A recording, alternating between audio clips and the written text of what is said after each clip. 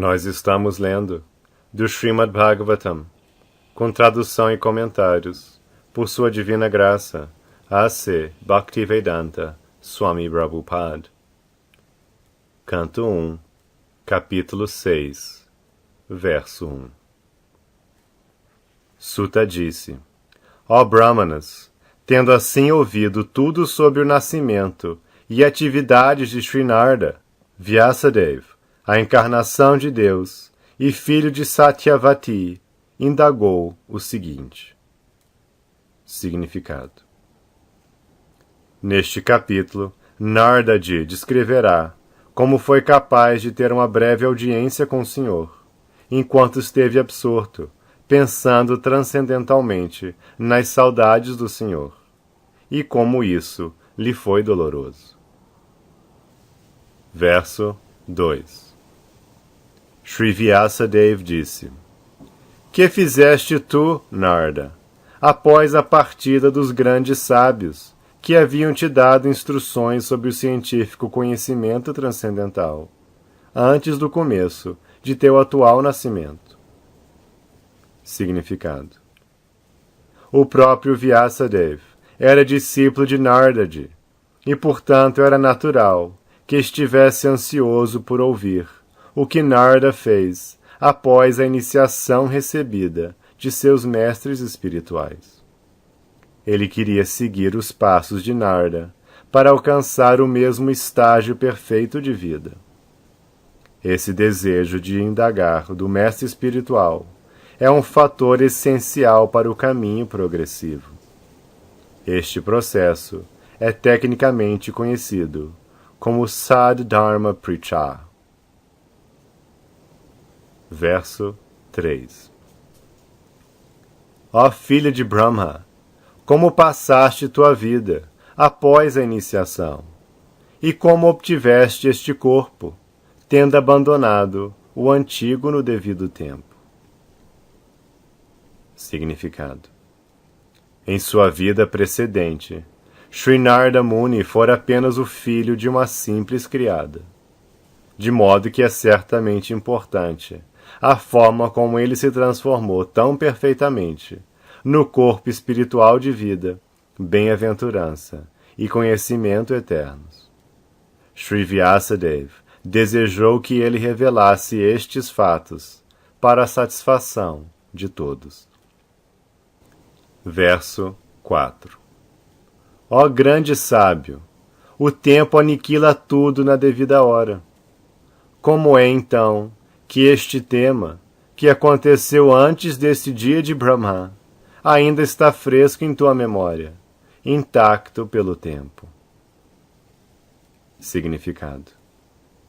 Assim como o espírito não é aniquilado, mesmo após a aniquilação do corpo material, da mesma forma, a consciência espiritual não é aniquilada. Shri Narda desenvolveu esta consciência espiritual, mesmo quando tinha seu corpo material, no kalpa anterior. Consciência do corpo material significa consciência expressa por intermédio de um corpo material. Essa consciência é inferior, destrutível e pervertida. Mas a superconsciência da supramente, no plano espiritual, é como a alma espiritual e nunca é aniquilada. Verso 5. Shri Narda disse: Os grandes sábios, que me transmitiram conhecimento científico da transcendência, partiram para outros lugares, e tive que passar minha vida desta maneira. Significado. Em sua vida anterior, quando Nardaji foi impregnado de conhecimento espiritual, pela graça dos grandes sábios, houve uma sensível mudança em sua vida, embora ele fosse apenas um menino de 5 anos. Este é um importante sintoma, visível após a iniciação pelo mestre espiritual fidedigno. A verdadeira companhia de devotos provoca uma rápida mudança na vida, para a compreensão espiritual. Como essa mudança atuou na vida anterior de Narada Muni, descreve-se já a seguir neste capítulo. Verso 6. Eu era o filho único de minha mãe, que era não somente uma mulher simples, mas também uma criada. Uma vez que eu era sua única progenie, ela não tinha outra alternativa para sua proteção. Ela atava-me com os laços da afeição. Verso 7. Ela queria zelar apropriadamente por minha manutenção, mas porque não era independente, não era capaz de fazer nada por mim. O mundo está sob o completo controle do Senhor Supremo. Portanto, todos são como bonecos de madeira, nas mãos de um mestre de marionetes. Verso 8. Quando eu era uma simples criança de 5 anos, vivi numa escola de brahmanas. Eu dependia da afeição de minha mãe e não tinha experiência de outras terras. Verso 9. Certa vez, minha pobre mãe, quando certa noite saía para ordenhar uma vaca, foi picada na perna por uma serpente, influenciada pelo Tempo Supremo. Significado: esta é uma maneira de arrastar uma alma sincera para mais perto de Deus. O pobre menino estava sendo cuidado apenas por sua afetuosa mãe, e, todavia, a mãe foi levada deste mundo pela vontade suprema, para colocá-lo completamente à mercê do Senhor. Verso 10. Tomei isso como a misericórdia especial do Senhor, que sempre deseja bênçãos para seus devotos. E pensando assim, parti rumo ao norte. Significado: os devotos confidenciais do Senhor veem a cada passo uma orientação abençoadora do Senhor. Aquilo que no sentido mundano se considera como um momento estranho ou difícil é aceito como a misericórdia especial do Senhor.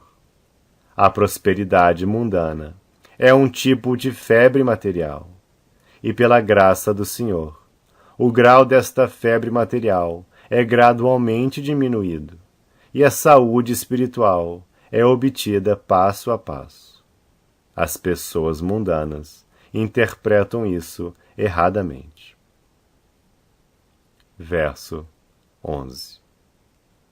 Após minha partida, passei por muitas metrópoles florescentes, cidades, aldeias, fazendas de animais, minas, campos agrícolas, vales, jardins floridos, viveiros de plantas e florestas naturais. Significado: as atividades do homem na agricultura, mineração, lavoura, indústrias, jardinagem, etc., eram todas executadas na mesma escala em que são hoje em dia, mesmo antes da atual criação. E as mesmas permanecerão como estão, mesmo na próxima criação. Após muitas centenas de milhões de anos, uma criação tem início pela lei da natureza, e a história do universo se repete, praticamente, da mesma maneira. Os argumentadores mundanos perdem tempo com escavações arqueológicas, sem investigar as necessidades vitais da vida. Após ganhar impulso na vida espiritual, Sri Narada Muni, embora fosse uma mera criança, não perdeu tempo, nem um instante sequer, com o desenvolvimento econômico, embora tivesse passado por cidades e aldeias, minas e indústrias. Ele continuamente seguia rumo à progressiva emancipação espiritual. O Srimad Bhagavatam é a repetição da história que aconteceu há algumas centenas de milhões de anos. Como se diz aqui, somente os fatores mais importantes da história são coletados para registro nesta literatura transcendental. Verso 12.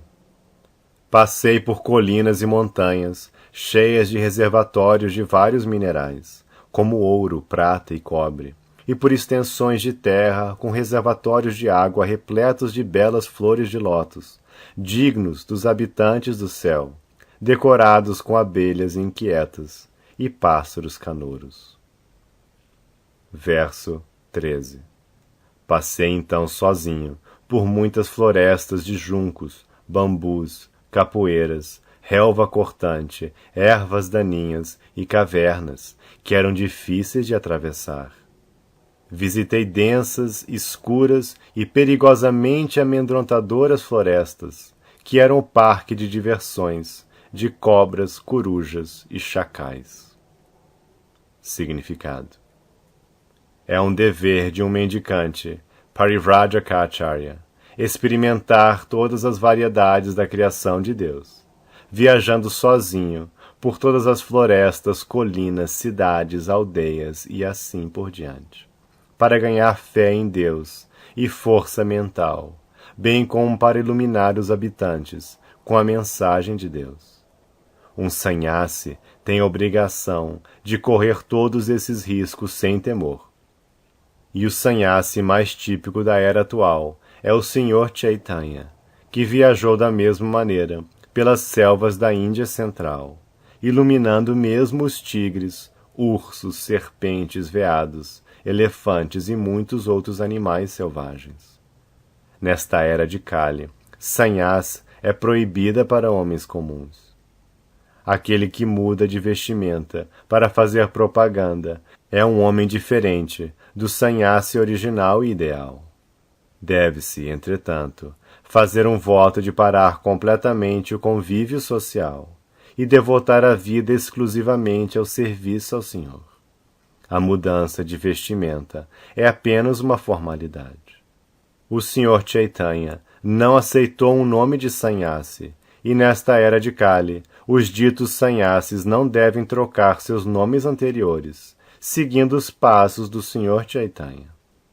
Nesta era, o serviço devocional de ouvir e repetir as glórias sagradas do Senhor é energeticamente recomendado, e aquele que faz um voto de renúncia à vida familiar não precisa imitar os Parivrajakacharyas como Narda ou o Sr. Chaitanya, mas pode sentar-se em algum local sagrado e devotar todo o seu tempo e energia a ouvir e cantar repetidamente as escrituras sagradas deixadas pelos grandes acharyas, como os 6 Goswamis de Vrindavan.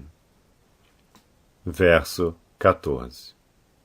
Viajando dessa maneira, senti-me cansado, tanto física quanto mentalmente, e estava sedento e faminto. Então tomei banho na represa de um rio, e também bebi água. Ao tocar na água, aliviei-me do meu cansaço. Significado: um mendicante viajeiro pode satisfazer as necessidades do corpo, a saber, fome e sede, com as dádivas da natureza, sem precisar mendigar à porta dos chefes de família. O mendicante, portanto, não vai à casa de um chefe de família para esmolar, mas para iluminá-lo espiritualmente. Verso 15.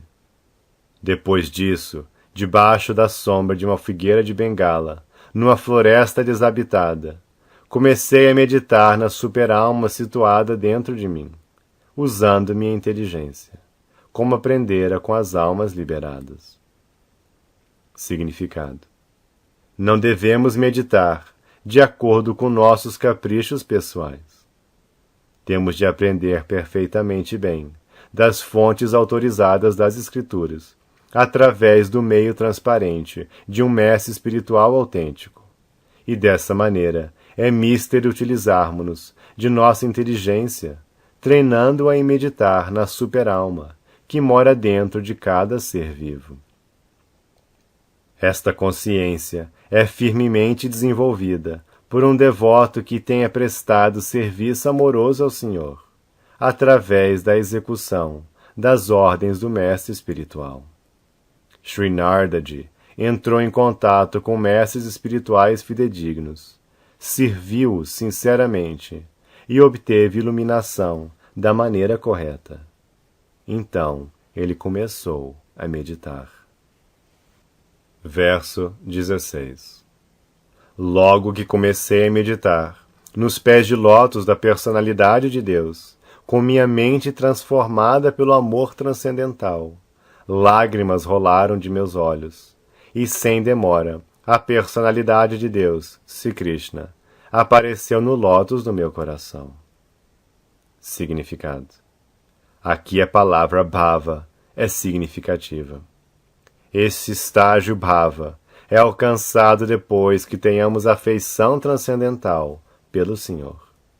O estágio inicial chama-se Shraddha, ou uma inclinação pelo Senhor Supremo, e a fim de aumentar essa inclinação, temos que nos associar com devotos puros do Senhor. O terceiro estágio é praticar as regras e regulações prescritas do serviço devocional.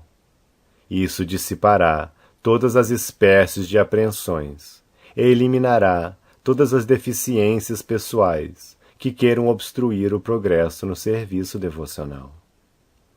Quando todas as apreensões e deficiências pessoais são eliminadas, ocorre um padrão de fé no tema transcendental, e o gosto por ele aumenta em maiores proporções. Este estágio leva à atração, e após isso, a bhava, ou estágio preliminar, do imaculado amor a Deus. Todos os estágios acima nada mais são que diferentes estágios de desenvolvimento de amor transcendental.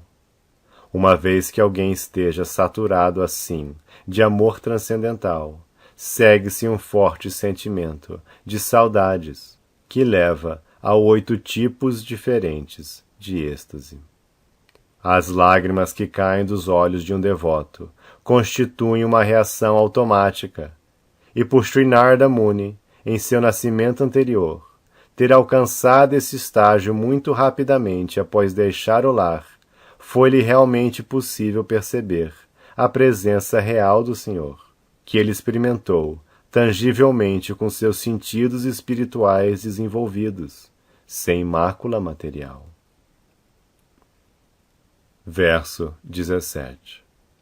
Ó Vyasadeva, naquele momento, estando excessivamente dominado por sentimentos de felicidade, todas as partes de meu corpo animaram-se separadamente. Estando absorto em um oceano de êxtase, não pude ver nem a mim mesmo, nem ao Senhor. Significado. Os sentimentos espirituais de felicidade e os êxtases intensos não têm comparação mundana. Portanto, é muito difícil expressar tais sentimentos. Podemos apenas vislumbrar esse êxtase nas palavras de Sri Narada Muni. Toda e cada uma das partes do corpo ou sentidos tem sua função particular. Após ver o Senhor, todos os sentidos tornam-se plenamente despertos para prestar serviço ao Senhor, porque no estado liberado os sentidos são completamente eficientes em servir o Senhor. Desse modo, naquele êxtase transcendental, ocorreu que os sentidos animaram-se separadamente para servir ao Senhor. Sendo assim, Narada Muni não foi capaz de ver simultaneamente a si mesmo e ao Senhor. Verso 18. A forma transcendental do Senhor, como ela é, satisfaz o desejo da mente e dissipa de vez todas as incongruências mentais. Ao perder de vista aquela forma, levantei-me subitamente, ficando perturbado, como é comum quando se perde aquilo que é desejável. Significado. Narada Muni experimentou que o Senhor não é sem forma, mas sua forma é completamente diferente de todas as formas de nossa experiência material. Por toda a duração de nossa vida, vemos diferentes formas no mundo material, mas nenhuma delas é capaz de satisfazer a mente. Tampouco pode alguma delas dissipar toda a perturbação da mente. Esses são os aspectos especiais da forma transcendental do Senhor. E alguém que tenha visto uma vez essa forma não se satisfaz com mais nada. Nenhuma forma no mundo material poderá satisfazer o observador. Que o Senhor é sem forma ou impessoal significa que ele não tem nada parecido com formas materiais e não é como uma personalidade material. Como seres espirituais, tendo relações eternas com essa forma transcendental do Senhor, estamos, vida após vida, buscando essa forma do Senhor, e não nos satisfazemos com nenhuma outra forma de apaziguamento material. Narada Muni teve um vislumbre dela, mas não podendo vê-la novamente, ficou perturbado e levantou-se subitamente para procurá-la. Aquilo que desejamos, vida após vida, foi obtido por Narada Muni. E perdê-lo de vista foi certamente um grande choque para ele. Verso 19. Desejei ver novamente aquela forma transcendental do Senhor, mas apesar de minhas tentativas de concentrar-me no coração, com avidez por ver novamente aquela forma, não pude mais vê-lo, e assim, insatisfeito, fiquei muito aflito. Significado: não há um processo mecânico para ver a forma do Senhor. Isso depende completamente da misericórdia sem causa do Senhor. Não podemos exigir que o Senhor se apresente diante de nós, assim como não podemos exigir que o sol nasça quando desejemos. O sol nasce por si próprio. Do mesmo modo, o Senhor tem o prazer de se apresentar por sua misericórdia sem causa. Devemos simplesmente esperar o momento oportuno e continuar executando nosso dever prescrito no serviço devocional ao Senhor. Narada Muni pensou que o Senhor poderia ser visto novamente pelo mesmo processo mecânico que fora bem sucedido na primeira tentativa. Mas apesar de seu extremado esforço, ele não pôde tornar exitosa a segunda tentativa. O Senhor é completamente independente de todas as obrigações. Ele pode simplesmente ser atado pelos laços da devoção imaculada. Tampouco ele é visível ou perceptível por nossos sentidos materiais.